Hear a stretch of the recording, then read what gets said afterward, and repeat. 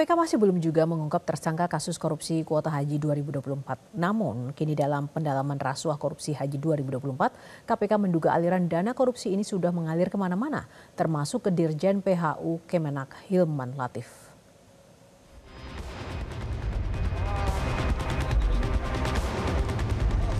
Aliran dana korupsi kuota haji 2024 mengalir kemana-mana.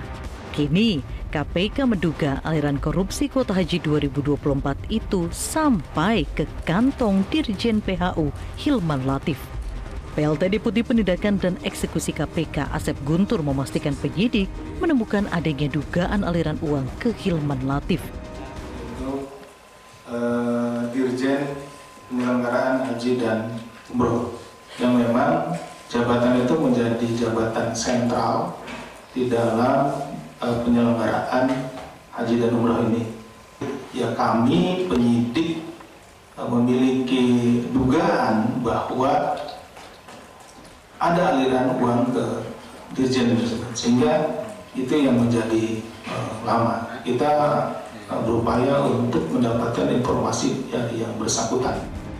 Dirjen PHU Kementerian Agama Hilman Latif sebelumnya sudah menjalani pemeriksaan di depan penyidik KPK selama sekitar 12 jam pada 18 September 2025.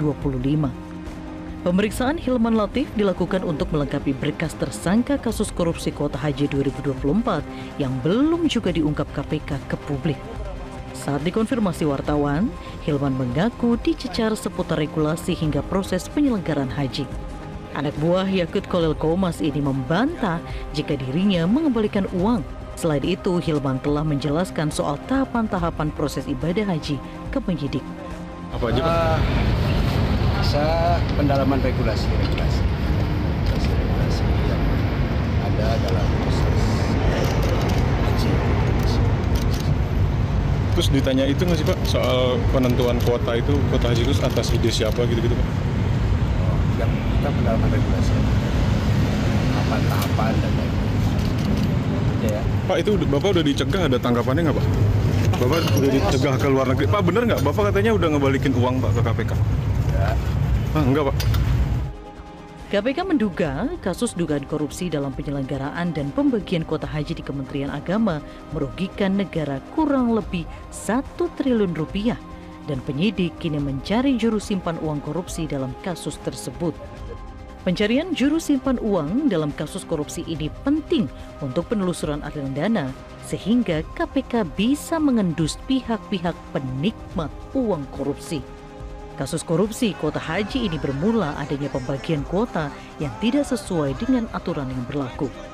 Indonesia sejatinya diberikan 20.000 tambahan kuota untuk mempercepat antrian haji. Namun jatah kuota haji 2024 itu justru tidak digunakan sebagaimana mestinya. Tim Liputan Metro TV. Komisi Pemberantasan Korupsi KPK merespon ucapan Ustaz Khalid Basalamah di salah satu podcast yang dipublikasikan di media sosial. KPK menilai bahwa Khalid Basalamah telah membocorkan materi penyidikan. Di salah satu podcast, Khalid Basalamah membahas pertanyaan penyidik terkait kasus dugaan korupsi dalam penyelenggaraan dan pembagian kuota haji di Kementerian Agama. KPK sejatinya mempersilahkan Khalid Basalamah untuk berbicara di ruang publik, termasuk bercerita, diminta mengembalikan uang. Namun KPK belum bisa membeberkan atau membenarkan informasi yang disebutkan Khalid di ruang publik itu. Sebab materi penyidikan tidak bisa sembarangan dibongkar untuk menjaga proses penyidikan. KPK hanya bisa membenarkan adanya penyitaan uang dari Khalid, tujuannya untuk mengembalikan kerugian negara atas kasus rasuah yang terjadi.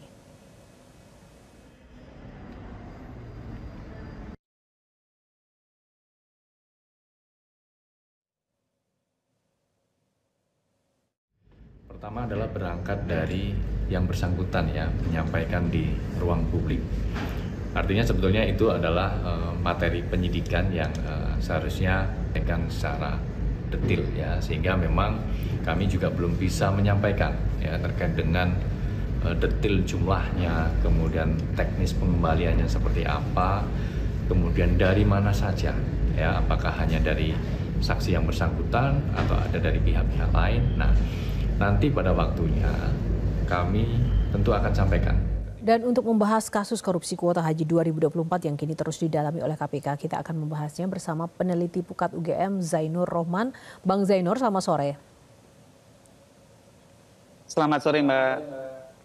Bang Zainur, KPK terus mendalami ini kasus korupsi kuota haji 2024 termasuk aliran dana korupsinya. Dan belakangan KPK juga tengah memburu juru simpan yang dianggap penting dalam kasus ini. Bagaimana Anda melihat pola atau celah korupsi atas kasus ini, Bang Zainur?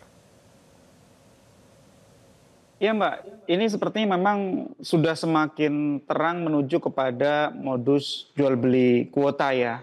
Jual beli kuota ini sebenarnya juga diancam pidana di dalam Undang-Undang Penyelenggaraan Ibadah Haji dan Umroh. Jadi dia menjadi pidana korupsi kalau terkait dengan penyelenggara negara. Dia bukan merupakan korupsi tetapi merupakan pidana ketika itu sesama swasta yang jual beli gitu ya.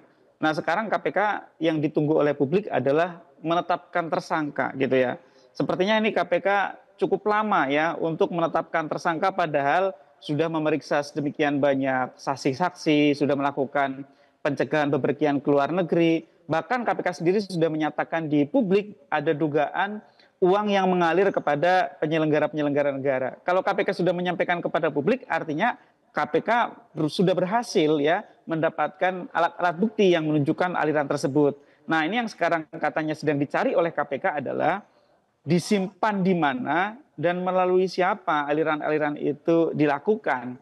Ini biasanya memang menggunakan nomine, menggunakan pihak lain, menggunakan tangan-tangan lain untuk mengelabui endusan dari aparat penegak hukum. Tetapi selama ada meeting of mind, ada persamaan maksud antara pemberi suap dengan penerima suap untuk jual beli kuota, maka tindak pidana korupsinya sudah terjadi. Jadi menurut saya Mbak, ini yang sekarang ditunggu oleh publik, apalagi sih yang kemudian harus dilakukan oleh KPK untuk menetapkan tersangka ketika KPK sendiri sudah menyampaikan kepada publik bahwa ada nama-nama penyelenggara negara yang mendapatkan aliran dana dari jual beli kuota ini. Halo Mbak. Nah itu Bang Zainur, pertanyaan kita semua, menurut Anda kenapa ya begitu lama dan apakah ini wajar dan kenapa juga KPK dalam hal ini terlihat lebih berhati-hati dalam mengungkap atau menetapkan tersangka padahal sudah jelas bahwa kasus ini diduga merugikan negara hingga 1 triliun rupiah? Ya soal kehati-hatian sebenarnya baik, tetapi KPK menyampaikan beberapa informasi yang sebenarnya harusnya di-keep oleh KPK sendiri. Misalnya ketika KPK menyampaikan salah satu eselon 1 di Kemenak gitu ya dengan jabatan dirjen diduga menerima aliran dana, berarti kan KPK mengetahui informasi itu setelah memperoleh dan memeriksa alat-alat bukti. Apakah itu berupa transaksi keuangan, apakah berupa komunikasi digital, ataukah berupa keterangan dari para saksi gitu ya. Nah kalau KPK sudah mengetahui adanya aliran, ya silakan langkah selanjutnya yang ditunggu oleh publik adalah KPK tetapkan tersangka kepada orang-orang yang menerima aliran uang yang di dalamnya memang ada meeting of mind, ada pertemuan maksud antara pemberi dan penerima. Yang kedua soal kerugian gitu ya. Saya sendiri belum terlalu paham ketika KPK menyampaikan kerugiannya 1 T lebih gitu ya. Saya lebih melihat ini kemungkinannya adalah keuntungan yang seharusnya tidak diperoleh oleh para pelaku ini ya. Ini keuntungan haram gitu ya. Keuntungan haram itu artinya mereka ini mendapatkan keuntungan dari membeli kuota secara melawan hukum karena memang kuota itu tidak boleh diperjualbelikan. Sehingga ini menurut saya harus diperjelas oleh KPK. Maksudnya adalah apakah itu berkurangnya keuangan negara sehingga disebut sebagai kerugian keuangan negara atau keuntungan tidak sah yang diterima oleh pihak-pihak karena menyalahgunakan kewenangan, karena menjual beli kuota, karena membeli kuota kemudian menjualnya kepada jamaah dan seterusnya. Itu Mbak. Nah oleh karena itu Bang Zainur kalau boleh berspekulasi ya karena tadi Anda mengatakan memang KPK yang mengungkapkan sendiri secara teknis yang harusnya itu sudah bukan lagi menjadi halangan untuk menetapkan tersangka karena itu keterangan semuanya dari KPK. Lalu apa begitu kalau boleh berspekulasi yang menurut Anda membuat KPK tidak segera menetapkan tersangka? Biasanya kenapa? Ya ini kemungkinan kalau dari sisi teknis ya KPK masih mencari ya potongan-potongan buktinya dalam bentuk apa. Ini kemungkinan adalah pihak-pihak penampung uangnya ya. KPK harus buru uangnya itu ada di mana saja. Tetapi kan dengan misalnya pengembalian sejumlah uang misalnya oleh salah satu ustadz ya yang bergerak di bidang travel haji dan umroh ini gitu ya, itu juga sudah menunjukkan satu persoalan gitu ya. Kan informasinya adalah uang itu dikembalikan dari seorang penyelenggara negara pejabat Kemenak kepada ustadz. Ustadz kembalikan kepada KPK. Nah artinya sebelumnya kan ada pemberian. Nah pemberian itu apapun itu merupakan pidana gitu ya. Kalau si pemberinya tidak tahu bahwa memang itu gratis, maka itu kemudian bisa menjadi apakah itu dalam bentuk tindak pidana suap, gratifikasi atau penipuan gitu ya. Kalau ternyata pemberi dan penerima sama-sama memahami bahwa itu tidak boleh, bahwa itu dilarang, itu terjadi pertemuan maksud atau yang biasa disebut sebagai meeting of mind, pertemuan kehendak antara pemberi untuk membeli kuota dengan penerima untuk menjual kuota haji gitu ya. Jadi apapun posisinya gitu ya, seharusnya KPK sudah bisa menetapkan tersangka terhadap pihak-pihak yang menerima ya pemberian. Kalau untuk pemberinya baiklah nanti harus dipilah-pilah dulu. Ini pemberinya apakah menyangka bahwa itu memang dipersyaratkan oleh Kemenak harus menyetor sejumlah uang kah? Atau ternyata dia pikir hanya perlu menyetor kepada Biro Haji dan Umroh yang lain kah? Atau seperti apa nanti silakan untuk dipilah-pilah oleh penyidik KPK. Tapi bagi penerimanya itu mah sudah merupakan satu bentuk pidana yang sangat jelas. Dan ingat di dalam pasal 4 Mbak, pasal 4 Undang-Undang Tipikor di sana dijelaskan bahwa pengembalian kerugian keuangan negara itu tidak menghilangkan pidana. Sehingga KPK harusnya bisa jerat itu, para pejabat yang menerima itu. Yang kedua adalah menurut saya, ini kalau KPK sudah dapatkan keterangan gitu ya, ini KPK tinggal lengkapi soal ada di mana uangnya, siapa yang menjadi nomine, yang menjadi perantara, yang menjadi pengepul gitu ya. Ya silakan KPK lakukan penyidikan lebih lanjut gitu ya. Tetapi di lain sisi KPK juga harus menjaga informasi yang disampaikan kepada publik. Jangan juga KPK sampaikan kepada publik ada satu dirjen terima uang, tapi dirjen itu belum ditetapkan sebagai tersangka. Itu tentu akan mengurangi kepercayaan publik kepada KPK. Kalau KPK sudah dapat alat buktinya, ya publik cuma satu yang ditunggu, penetapan tersangka kepada pihak-pihak yang terlibat di dalam perkara jual beli kuota secara melawan hukum ini, Mbak.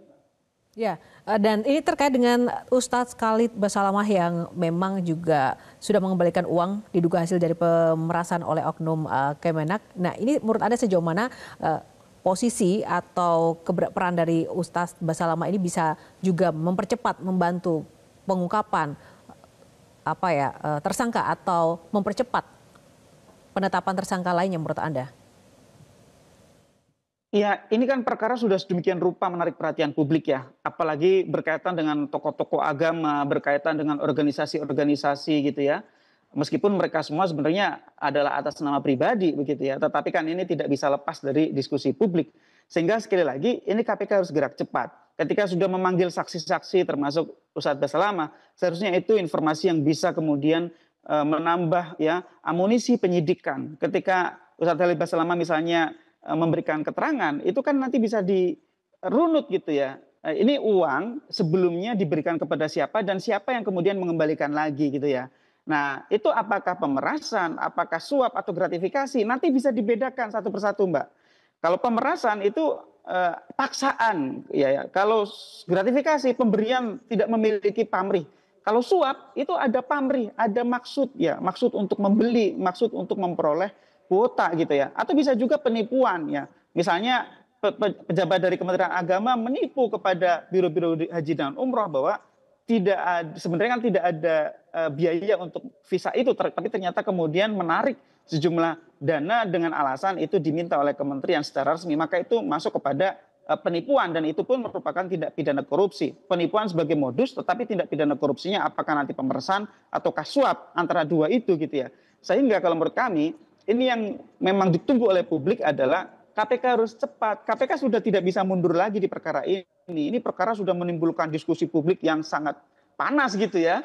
Kenapa? Karena sekali lagi kasus ini terjadi di Kementerian Agama. Bayangkan ya, kementerian yang seharusnya suci gitu ya, atau tidak-tidaknya menjunjung tinggi nilai-nilai moral. Yang kedua, ini diduga melibatkan sedemikian banyak orang-orang yang selama ini menjadi tokoh-tokoh agama atau aktif ya dalam kegiatan-kegiatan di organisasi agama gitu ya, keagamaan. Sehingga sekali lagi KPK tidak boleh membiarkan air ini terus-menerus keruh.